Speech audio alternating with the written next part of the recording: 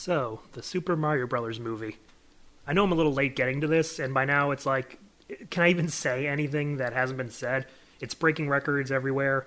The fandom really loves it, critics not so much. Blah, blah, blah, blah, blah. I'm sure by now, you've all heard it, and maybe you're sick of hearing it. But you clicked on this video to hear my opinion on the movie, so that's what I'm going to give you, because that's all I can give you. So, I'll say that I thought the movie was really fun. I think much like the Sonic movies, while it's not an amazing movie or anything on its own, it definitely has some problems, which I'm going to go over. And just the same way the two Sonic movies had their problems. Who really cares, you know? The fandom's just happy to get these movies that actually look and sound like the games. The Mario movie more than the Sonic movie, but just considering what we've gotten in the past, we'll take it, you know? I mean, most people don't even care if a movie's objectively good. They just want to have fun. They want to enjoy something, and if they enjoy it, great. Even if it was terrible, if people still enjoyed it, who cares? I did a whole video about guilty pleasures and why you should not be ashamed of them and even embrace them. I'm not saying the Mario and Sonic movies are guilty pleasures. You know, I do think there is some merit to them. But yeah, there's a reason why critics aren't really going for this. But like I said, we'll talk about that stuff later. First off, let's talk about the stuff I did like. So first off, the visual style. Very good. This movie, I was worried when I heard Illumination was going to do it, even though I knew that Illumination would probably be the studio that Nintendo would go with, because Illumination is very safe, predictable, and don't take risks. And Nintendo is very safe, marketable, and don't take risks. So, especially with Mario. So it's a match made in heaven, really. But everyone knows Illumination's, track record and reputation of doing things on the cheap. But this movie did not look cheap. It looked nice. Very nice. Even if it was cheap, the fact that they made it look so much like the games and everything, it worked. It just worked. And, visuals are very important, as we saw with the Sonic movie when they first revealed Sonic and he looked terrible. And then they fixed him, and everyone was okay with it, So, yeah, you need to get this kind of stuff down. You need to make it look like the games, or else what's the point? That's always been a problem with a lot of video game-based movies. Actually, the main reason is that they're all live action. But, Mario had a live action movie, but that had nothing, even if, they didn't even try, to make it look like the games. So, going animated was great. That was the right thing to do. It looks amazing. I've got no major problems with the way this movie looks. How about how it sounds? It also sounds really good. There's a ton of remixes and, different songs from a bunch of different Mario games. Not just Mario 2, we got some Donkey Kong ones in there, some Mario Kart stuff in there. All good stuff. Now, there is licensed music in there. And here's the thing. I don't have a problem with licensed music if they're done well, and if they're appropriate. For example, I really like the movie Wreck-It Ralph. And that had a licensed song in it. It had Shut Up and Drive in there. But it fit with the scene, so I didn't mind it that much. Here, though, it was a bit more distracting. I don't know why they decided to play Take On Me when, one of the Kongs are driving Mario, Peach, and Toad around to meet Cranky Kong. How does that fit? I'm pretty sure that you could have put any kind of, Mario or Donkey Kong music right there and it would have fit way better. And they played I Need a Hero during Mario's training montage, which, that doesn't work. Look at Shrek 2. They played that song during the climax. That's a climactic song. You want to do a training montage song, you play Eye of the Tiger or something like that. It just didn't really work. And I like both I Need a Hero and Take On Me as songs. I like them on their own. I just don't think they were used very well. So, TLDR, I don't mind the licensed song, but if they're used correctly, and I don't think they were used 100% correctly here. So it was a bit distracting, but it didn't, take away from it. They were quick and short, over pretty quickly, and, not a huge deal. It just kind of it's that Illumination thing, I doubt that was Nintendo's decision. Okay. But in terms of audio, that's really my only complaint, is the licensed music could have been done a bit better. But everything else was great. So the movie looks and sounds great. Probably the best adaptation out there, in terms of visual and audio quality. Definitely, I can't think of anything else that beats it. The Sonic movie had a lot of good stuff, but I'd say in terms of just pure adaptation, this is the best video game adaptation movie I have seen. Granted, I haven't seen them all, but I don't think that this could be beat. Alright, so what about the story? Yeah, story in a Mario movie. Now, this is a weird topic for a lot of people. Some people would, because there isn't a lot of story. It's a bare bones story. which is both typical for Mario and Illumination. So nobody expected this to have a big story. But of course, the question is, does that excuse it? I'm of the opinion that while this movie did everything it needed to do, it could have been better. Like, they do hint at a lot of stuff that they do not elaborate on, which could have made this movie a bit more interesting with its characters and story. And it has the biggest problem, I think, in this whole movie is its pacing. It goes really fast, maybe a bit too fast, and it doesn't seem to have these character moments that should have been a bit slower and, could have had a bit more of it. And it's ironic because I said the second Sonic movie could have cut out like 20 minutes to make it a tighter movie. And ironically, this one, the Mario movie, seems to be the one that says, gotta go fast, I'm not the only one to point that out, but, it's true. I couldn't help but notice that while I was watching it. It definitely could have been a little bit longer and could have done a bit more with its characters. I'm actually okay with the plot being simple, because you could have a very simple plot but still have very interesting characters and, character moments and stuff like that. And I've been watching a lot of shows and movies recently that are like that were nothing special in terms of its plot, but I like the characters so much it didn't bother me at all. And I do like these characters, obviously, not just from the games, but I do think they did a good job with the characters in this movie. So before I move on to the characters, which I do believe is the most important part of any work of fiction, I'm just going to wrap up the story a little bit. So I guess consider this a bit of a spoiler thing, if there is anything to spoil in a Mario movie, but whatever. And who hasn't seen it by now? Considering the box office, I'm pretty sure everyone's seen it. But anyway, so the story is Mario and Luigi have opened their own plumbing service, up in, what was it, Brooklyn? Yeah, they're from Brooklyn. Just like in the old TV show. That was pretty nice. But they're having a little rough time. They just started. They spent their life savings on this commercial that was pretty funny that we all saw before the movie came out. And they're having a rough time. And so on a job they thought was going to be their big break to try to save Brooklyn from a big water main break, they accidentally get sucked into the Mushroom Kingdom. Well, at least Mario does. Luigi gets sucked into Bowser's world. And as you'd expect, Luigi gets captured by Bowser. Mario wants to save him. He has to team up with Peach because she's also fighting against him. And they got to go convince the Kongs, Donkey Kong and the like, to join their cause. And then they got to fight Bowser. And that's basically it. It's basically your typical Mario game, except reverse Luigi and Peach's roles. And so here's the thing about that. Switching Luigi and Peach's roles makes sense for this plot, because if Mario and Luigi just came into this world, like Mushroom Kingdom and whatever, and the Toads were like, oh no, our princess is captured, you need to go save her, they'd probably be like, why? Why would we do this? We don't know her. We're just going to go back through that warp pipe and go home, So, but no, Mario just can't go home, even though the warp pipe is right there. He could go back. He can't, because Luigi, he's not going back without Luigi. He and Luigi have a very strong bond. And that's one of the things I love about this movie, is that while it's short, because Luigi spends most of his time captured, the bond between Mario and Luigi is very wholesome and very nice, and I kind of wish we could have seen more of it, but I guess that's what the inevitable sequel's for. So, without further ado, let's move on to the characters. Okay, so let's start with the main man, Mario. Mario, when before this movie came out, I'm like, how do you do Mario? I mean, we've seen him in previous things, like the old TV shows and stuff like that, but that was a long, long time ago, and they're clearly going in a different direction. So it's like, what are they going to do with him, I wondered. I'm actually very happy with what they did.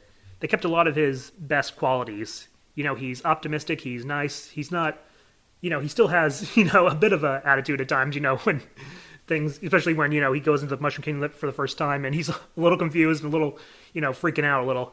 But, he's incredibly loyal to his brother. He's, even to his enemies, he shows mercy to his enemies sometimes, when necessary. Not all the time. There's a time for mercy and a time for not. And, so overall, I think they got Mario down. He's a nice everyman and, just overall good guy, but not perfect. He's not some kind of saint or anything, He still has a bit more personality, So it's hard for me to describe, because it's Mario, Like I said, he was everything he needed to be. In terms of Chris Pratt being the voice, I didn't mind it. I know a lot of people don't like it, and that's perfectly fine. I get that. But after a while, I kind of just... Here's what I always try to do. I try to get lost in a movie and let the characters kind of draw me in. And after a while, sometimes you forget who's playing them. That didn't work for all the characters in this movie, but it worked for me, for Chris Pratt, for a little while. But it also is probably helpful that I have not seen Chris Pratt in a lot of things. So I'm not used to his voice. I know he's been in a ton of things, but I just haven't seen a ton of the stuff he's in. So maybe that helped. That I just haven't listened to him a lot. But yeah, Mario, I think they did a good job. They did everything that he needed to be. Okay, so how about Luigi? So I think they did a really good job with Luigi, too. Charlie Day, I think, did a good job. I haven't seen him in a lot of stuff. I think this is the first thing I've seen him in. You know, so he did a really good job. He's sadly not in the movie very much, unfortunately, but they made him, timid, kind of like in Luigi's Mansion kind of thing. And he has a bit of an arc, going on. And like I said, can't say much, unfortunately, because he wasn't in the movie much, but he was everything he needed to be. And like I said, I really loved his relationship with Mario. I wish we could have seen some more. But again, sequel time. There's rumors of already being a sequel, and they clearly had a post-credit scene, so it's like, yeah, they're going to make a bunch of sequels, probably. I mean, do you see how much money it made? Okay, moving on. How about Bowser? So Bowser's played by Jack Black, and he's fun. Bowser is fun, and Jack Black is always fun. He's a guy who always gives 100% no matter what role he's in, whether he thinks it's a good role or it's just a garbage role. He gives it his all, and I respect that. And he was pretty good as Bowser. Bowser is intimidating when he needs to be, but he's also a huge dork, which is great, because that's kind of like how he is in some games, usually the RPGs and stuff like that. So I think he was good. I do think, though, there are times where Jack Black does kind of make his voice go a bit too high, and I'm like, oh, that's Jack Black. Like I said, it's because I'm way more familiar with Jack Black than I am with probably anyone else in this movie. So it's like, yeah, I could tell it was Jack Black at times. But, it's still fun. And Bowser was a fun character, so that's okay. It's okay. I enjoyed it. That's the great thing about animated movies. At the very least, you're looking at the right thing. It's not, I had a big problem with, Jim Carrey in the Sonic movies because I don't see Eggman. I saw Jim Carrey. And maybe if it was animated, I wouldn't mind it so much. But since Jim Carrey's, it's live action, he's always doing his Jim Carrey-isms, I don't see Eggman. I see Jim Carrey. And while I do hear Jack Black here, I see Bowser. And I see Bowser more than I hear Jack Black a lot of the time. So it's just what animation helps with sometimes. Okay, you know what, Toad? Toad was, he was in this movie a lot, he was on screen a lot. He was always, stuck to Mario like glue whenever they first met. But I totally forgot he was there half the time. He doesn't really add much to the story. I mean, it's Toad, so it's like, what's he supposed to do? And he wasn't, I was afraid he was going to be like that really annoying comedy relief type character, but he wasn't, which I think just by itself is great, like I really was kind of fearing that that's what Toad would be, but he wasn't. He was fine. I don't really remember what he did in the movie besides lead Mario to the princess and kind of just stuck around with them. He wasn't very important, but he has to be there because he's Toad, he's always been there. And he's going to stick by the princess no matter what, because he's a nice guy. He's got a lot of bravery. I think that was like his big arc thing. He had way more bravery than any other Toad, and no matter what, he stuck by the princess. Nice little guy. Donkey Kong. So Donkey Kong is probably the biggest problem I have in terms of the voice cast. Actually, no, that's not true. It's just the one where I noticed, it's like, oh, that's Seth Rogen, because he doesn't change his voice, like, at all. Unlike Jack Black, who at least tries to, be like Bowser, Seth Rogen is just using his normal voice pretty much, And while Donkey Kong is very fun and had way more screen time than I thought he was going to get, it's just one of those things where, like, okay, that's Seth Rogen, and being Seth Rogen, I didn't feel like it was Donkey Kong. I felt like it was Seth Rogen. But he fares a lot better than Cranky Kong, who I think is completely miscast here. I don't know the voice actor. I don't think I've seen him in anything. But he just did not sound like he should. Like, Cranky Kong, he's supposed to be cranky. First of all, that's his name. And he's supposed to sound old. He doesn't sound cranky or old. He sounds about the same age as Donkey Kong and doesn't have any crankiness in his voice. I would have preferred somebody like Danny DeVito or Louis Black in that role who can easily sound cranky and old and stuff like that. So, yeah, I think Cranky Kong was completely miscast in this. He doesn't have a ton of screen time, but for the little time that he is on screen, it would have been nice to have a voice that actually works. And especially if they're going to do this rumored Donkey Kong Country movie, which I actually do want to see. They already have the models for so many of these Kong characters that you see. Might as well do it. If they do that, I would prefer they change Cranky Kong's voice, but I don't think they're going to do that, unfortunately. But, whatever. Donkey Kong's fine. He was fun to watch. It just, it's probably one of the few times where, like, Seth Rogen, maybe you could have changed your voice a little bit. I don't know. I don't think people get Seth Rogen for him to be anyone but Seth Rogen. Kind of like the same thing with Jim Carrey. You get Jim Carrey, you're going to get Jim Carrey. It's fine. It does its job. So I think that's all the major characters. So let's move on. Nah, just kidding. You know I wouldn't forget my girl Peach. So, before the movie came out, a lot of people were, of course, I knew, of course, going in, that she was not going to be the damsel in distress this time. Not only is Hollywood really trying to get rid of that stereotype, but, there's always been backlash about Peach just being a damsel in distress. Even from her fans like myself, it's like, yeah, can we get her to do more stuff, And Shigeru Miyamoto said she was always meant to be, like, a strong, independent princess. I'm like, you could have fooled me, because you definitely don't show that in the games, unless it's like a spinoff like Smash or something like that. Can you make her more... If she's supposed to be like that, can she be playable more often, please?